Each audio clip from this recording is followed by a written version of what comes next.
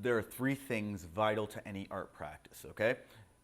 Again, this is where if you've had me before, you've heard me just kind of go at this for days. But still, listen, because I always have new things because I'm always reading about this stuff and I'm always investigating new ways to kind of explore these notions. Three things. One, develop an art practice. I'm not going to go into crazy detail about that right now because that's going to be a major part of what we do in the second half of the semester. But, quickly to touch on it, art practice is what you're doing when you don't have an assignment.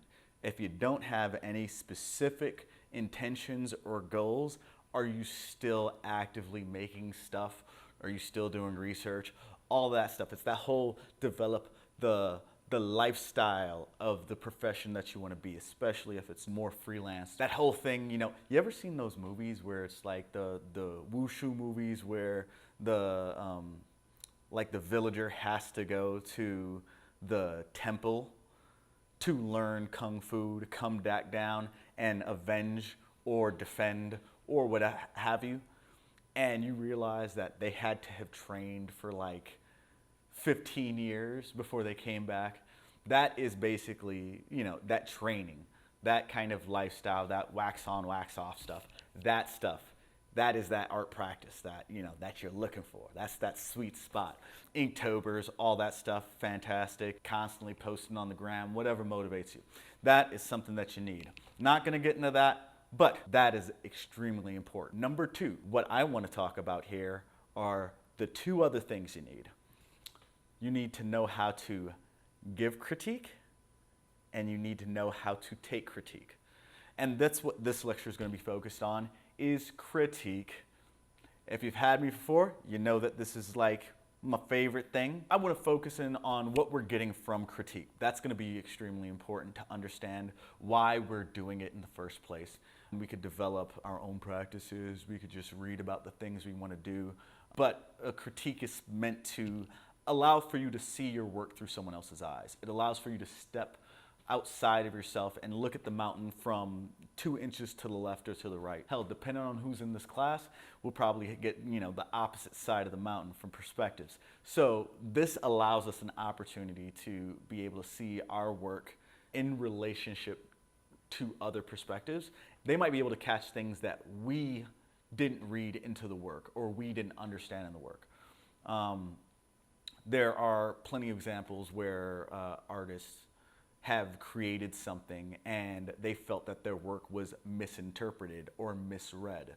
If you look at some issues of the way that gender is dealt with, the way that race is dealt with, Stephen King is infamous for making content that's very specific about what it's saying about people of color, but completely out of the control of him as a writer because he didn't realize people were reading it that way.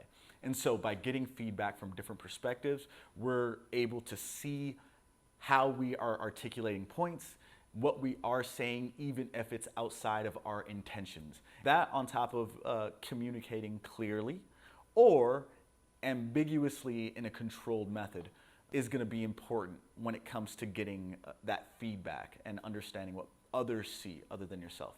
The narrative that you have in your head is very specific, very detailed, and you're using a very specific vocabulary to articulate that. And so we're going to try to refine that vocabulary, and we're going to try to refine that message so that there is clear intent. Think about it in those terms. Clear intent. The other thing that we're looking to is develop language surrounding our work. So if you receive a critique, you're going to want to listen to what people are saying about your work because it's going to help you articulate to others about what your work is, what it's trying to say through statements and conversations, interviews, what have you. You'll note that, as you move forward in comics, you're going to have to eventually make a pitch package. And the fascinating thing about a pitch package is that a pitch package is, as much as, some of us want to kind of escape this kind of notion of marketing and selling art, is that it is about selling your work. And unfortunately, what a lot of publishers want are comparables. Who are your influences?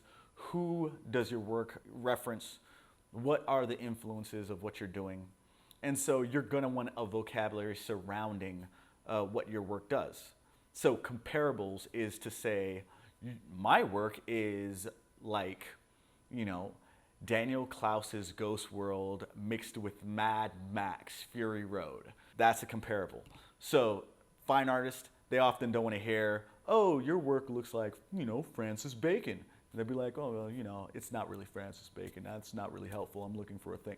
That's not what we're doing. That's some fine art stuff, and we are looking for comparables. We want to hear those.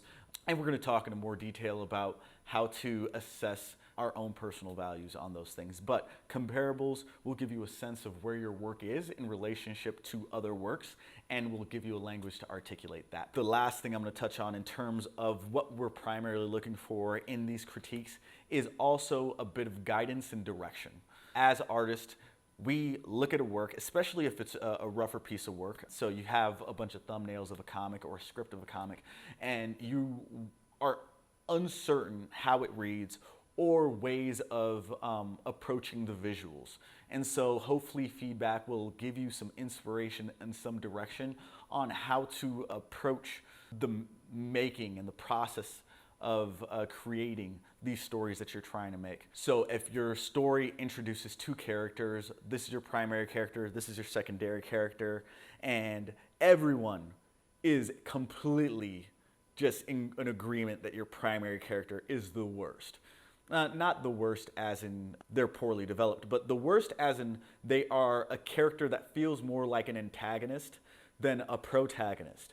And so there is an intrigue with your secondary character's journey, and they might say, oh, I want to see what happens to this character, because this character came in the beginning and they left 2 pages in, and they seem to have this really interesting personal narrative, and this character is struggling a lot, and I find them less relatable. That might be something that reveals to you that the story that you want to tell is more reflexive on this other character, and when you move forward, you want to explore that avenue rather than this avenue. Or you might want to find a way of pulling back this character's appeal because they were super charming and super suave and smooth, and you don't want that appeal to be focused in on them because they're drawing all the tension away from this character. And so you have to find ways of navigating those spaces based on that feedback. And that feedback hopefully gives you direction and an understanding of a new avenue to take or a new direction to go, or allows you to move forward and keep those considerations in mind so that you don't continue to return back to this character if something slows down and that character becomes a focus of interest. So we're gonna get that feedback, we're gonna get that direction, and we're gonna kind of know where we need to go in order to make a more effective story. So with those factors in mind, I do want to touch on the fact that a classroom crit is a very strange thing. This is not something that you actually have to engage with as you move forward in most circumstances. There's usually a lot more control in terms of the audience that you have and the people that you're engaging with. You might create a very specific focus on the types of people that you want to reach through your work, which might involve talking to a group of teenagers. It might be children's books. You might need to get feedback from a very specific demographic. This is a very randomized demographic with a bunch of people with a bunch of different tastes and a bunch of different backgrounds and at a bunch of different levels. But once you leave school, it will be very important that you find that critic, because that critic is immensely important. I've found a handful of critics to look at my work, and they are very familiar with my politics. They're very familiar with my history of storytelling. They're very familiar with my aesthetic. And often that relationship that I've developed with them allows for them to give me feedback and better understand what I'm trying to accomplish and ways that I'm not necessarily being effective. And so once you find that person, and by all means, when you find them, hold on to them, because they are the so hard to keep. And especially, a lot of people move, they do things. You might meet that person while you're in school, but those people tend to be your motivators. Those people tend to be, kind of like your Jiminy Cricket creative conscience that keeps you going and keeps you in the right direction. So when you find them, hold on to them. But that is not what a classroom is. The classroom is a place where we train those Jiminy Crickets so that when they move forward, they know how to talk about these subject matters. They know how to address these issues, and they can give the best feedback that they can as they move forward. So those really effective critics that you find, they will know what your intentions are. This is something that I've said on several occasions, and I will continue to say this. You will hear this from me many a time. But with writing, sex, violence, and cute are the fat, salt, and sugar of narratives. So if you're cooking, fat, salt, and sugar will always be appealing. It will always make things sweeter. But they may not make you Gordon Ramsay. You won't be the chef. What you can make are some amazing nachos. You could be the Guy Fieri of what you're doing and be amazing at it. For example, like a critic might be, every time that they go at your narrative, they are trying to find the most literary, poetic, and insightful into the human condition story that they're looking for. And that may not be what you're doing. You might just want to make just like Care Bears. Sometimes you just want to make Care Bears.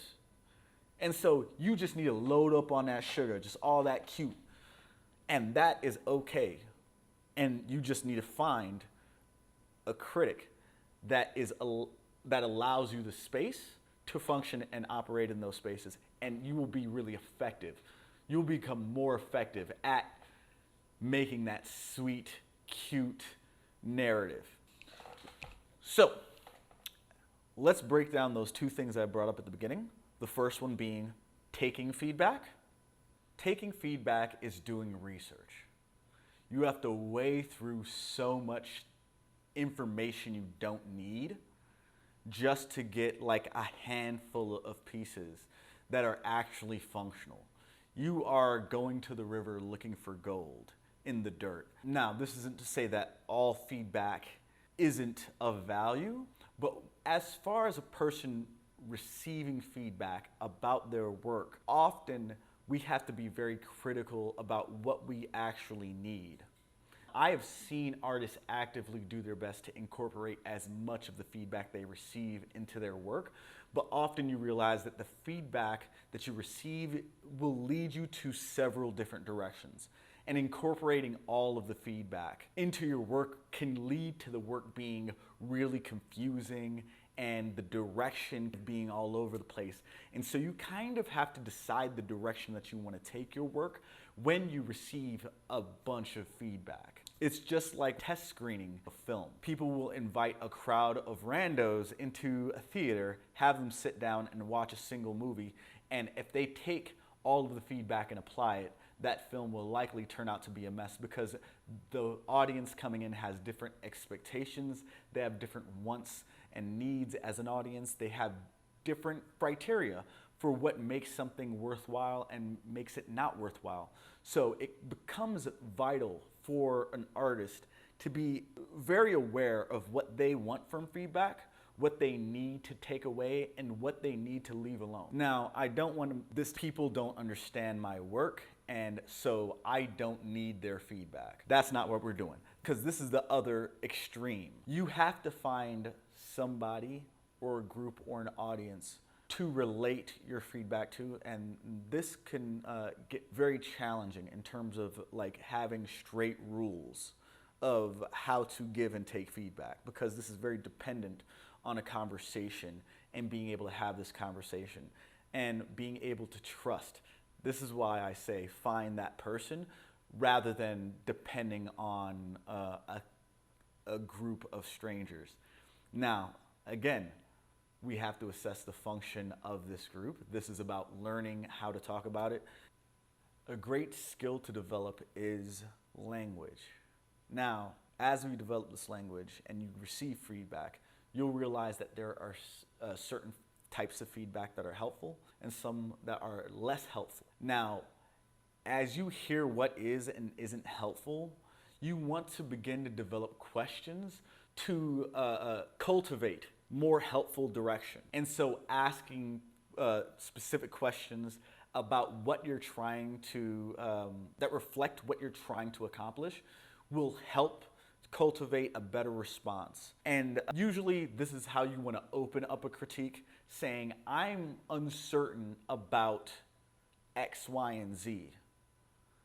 And I'm looking for guidance with X, Y, and Z. Rather than waiting for feedback and then receiving it and responding immediately saying, well, that's not my intentions. Well, that's not what I was trying to do. Well, that's not it at all. You want to avoid that kind of interaction and focus in on here, this is who I am. This is what I'm trying to accomplish. These are the things I'm trying to do.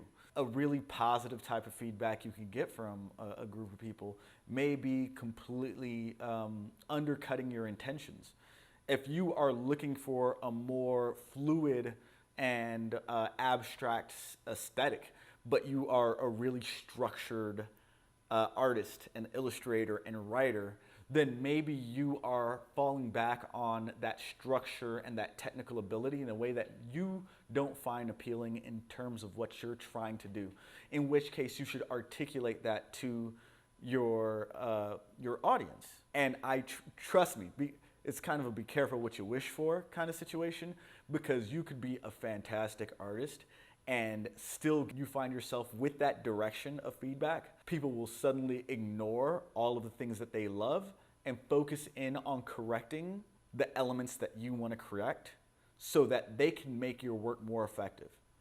And you have to be kind of emotionally ready for when you tell a person, hey, I want you to go at my lettering, because they will look at them cues and be like, yo, these are 4 examples of cues that are far more effective at being cuey and less confusing with O's. And this Q looks like a G and lowercase versus uppercase. And suddenly you are getting a very focused direction on things that you need to assess when you letter. So realize you're going to get a lot of feedback on the things that you ask feedback for.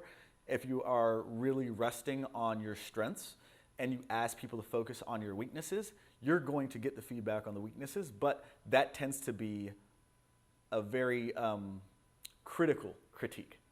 So be ready for that. And last but not least, when in this environment, being patient and being kind are critical, because this is a group of folks that you know and don't know, and it's just a very mixed bag. And so acknowledging that individuals have different tastes, they have different experiences, they have different backgrounds, they have different word associations, they have different everything. With that, write these things down, keep them in mind, and take what you need, leave what you don't. Always be kind.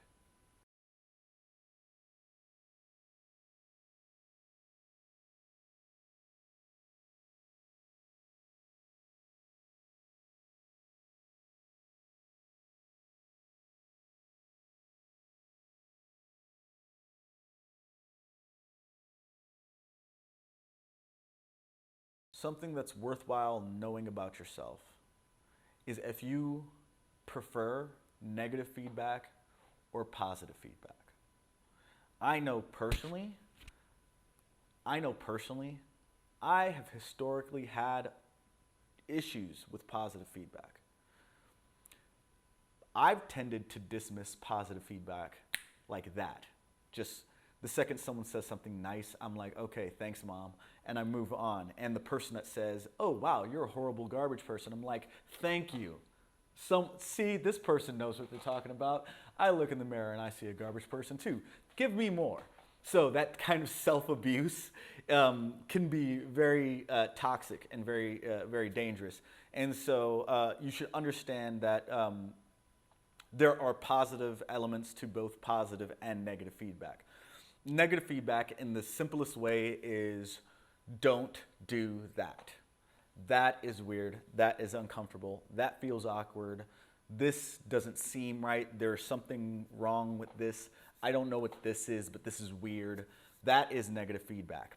It can be very helpful But it's kind of like asking directions to my apartment and me telling you what houses not to go to.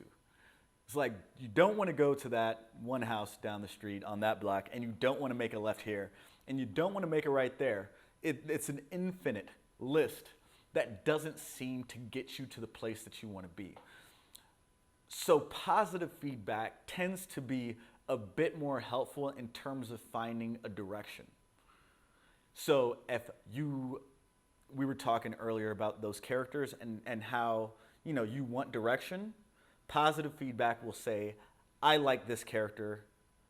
They should be the lead character, whatever.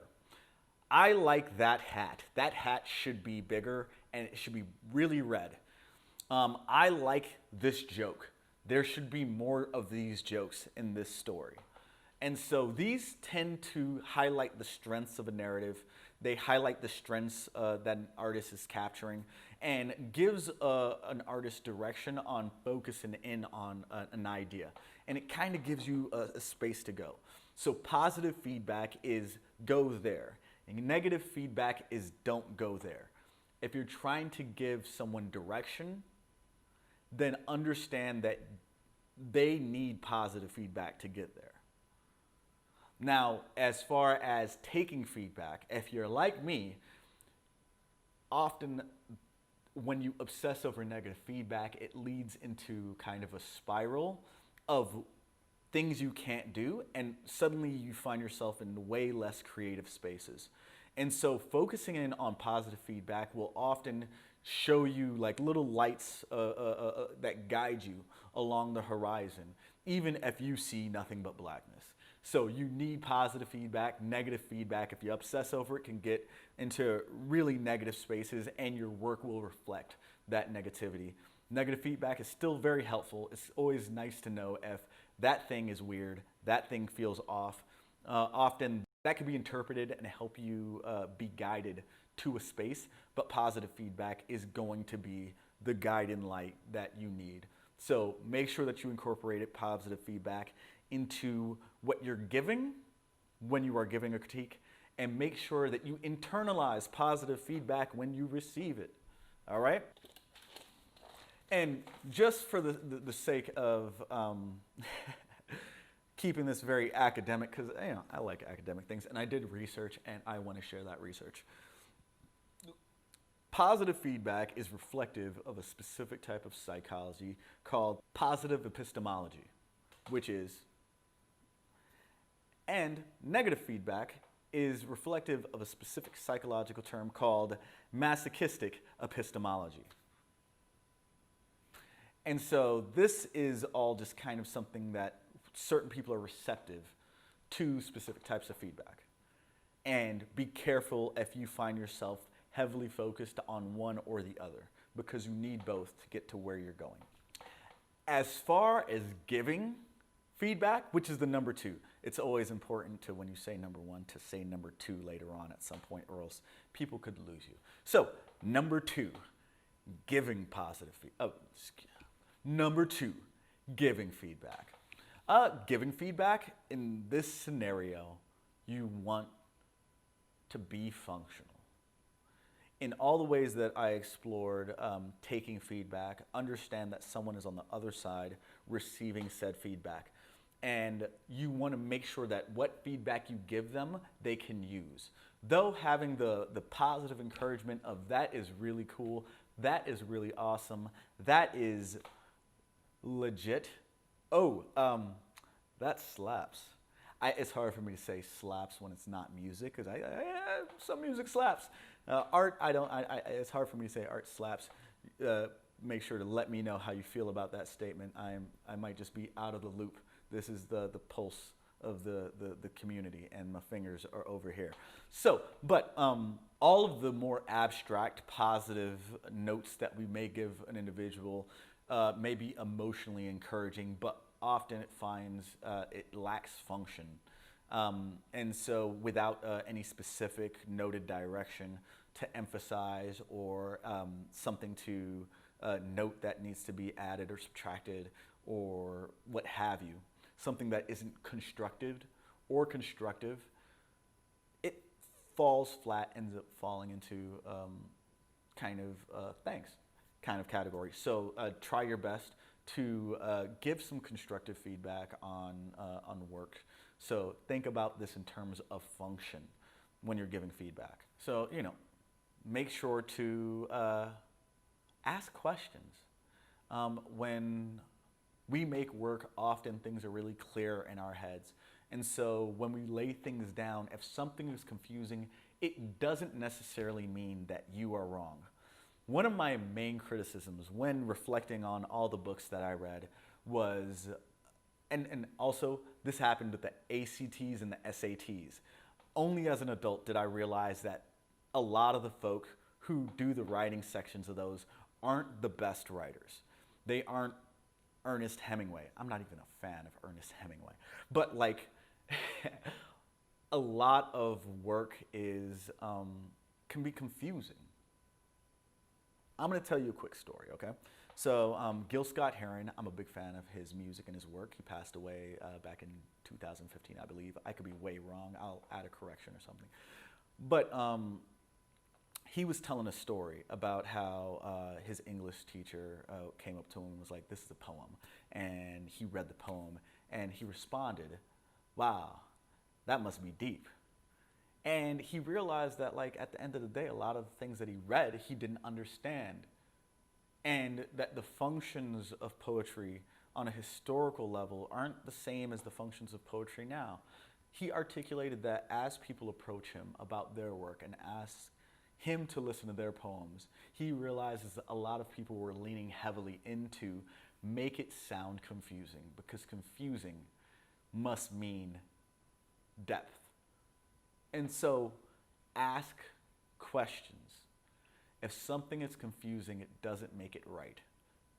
If something is not within your scope or your wheelhouse, it is up to the artist to decide if you are the audience that they want to communicate it to. If they want to make a complete, you know, narrative focused in on drag culture in New York in 1987, and they use slang that you don't understand, they have to make the choice of what that audience is. They have to make a choice of what that audience is and what that focus is going to be, and rather to add an explanation or not add an explanation. But there's nothing wrong with asking the question. And with that, acknowledge that we all have different tastes, we all have different opinions, and we all feel differently about a bunch of things. And so if we acknowledge those differences and say, you know, I know that you're trying to make Care Bears, but I think that, you know, this could really touch on some interesting issues surrounding Black Lives Matter. That is good feedback, something that they may not ever use, but it might be poignant, and it's probably good to mention. It might even let them know that they need to pull back on something or add something. Whatever they do with that feedback is up to them as an artist. But giving them that feedback is still very important, especially, you know, we come from different places. Let's acknowledge it, all right? And this is a completely functional statement. As far as critique, though I want everybody to contribute, make sure that you are not bullying the jukebox, all right? You're not like, hey, I'm the only one talking. Make sure to acknowledge other people in the space. As we're doing this online, a lot of this is going to be via comments. Make sure that you're leaving room for other people to leave comments and kind of reading the room and getting a sense of what everyone is seeing. Read other people's comments so that you aren't constantly harping on the single issue. If some person says, by the way, I don't care about rendering, but this is going to be, it's just an easy thing to poke at. If someone says a character's eyes are too close together, they don't need to see 20 comments about their eyes being too close together. They can see maybe 5 comments on possible corrections. But if it's just eyes are too close, eyes are too close, eyes are too close, eyes are too close, then that is not going to be helpful for that individual. So make sure that you're reading the other comments as you comment on people's critiques. Make sure that you don't leave 400 comments on each critique, because you have flooded the comment section on every critique, and no one else's voice is coming through. So be considerate of those like little things. Real estate matters, those hypothetical, emotional real estate. So consider those things. 1, 2. All right, so as we, so we've been talking a lot about critique, and often we've been talking about critique and some positive ways to kind of enhance that experience, but we haven't really focused in on how we're approaching critique this semester. So this semester, we're going to be approaching it from 2 different angles. One is going to be based on the critique that you all have with each other, which will function through Ghost Studio message boards. They're very simple. You post the image, you post comments. I will elaborate on that approach on Ghost Studio, but those will be hugely helpful for you all to get that feedback from that diverse background. We will function in both groups and in larger critiques, but that kind of like, that feedback is going to be critical to your growth as students engaging with each other and developing your language. The other approach is going to be me talking to you all individually. You right there, you. I'm going to be sending you messages and talking to you about your practice and helping you develop as an artist. And I'm going to be getting feedback from you about what you want to do, and I'm going to do my best to get you to where you want to be. I remember I tried to learn to play the guitar once, and I wanted to learn how to play the blues, and all we would go over is Mary Had a Little Lamb, and I was over it in a week. And so I'm going to try my best to get you to where you need to be, and in return, I do need my pound of flesh.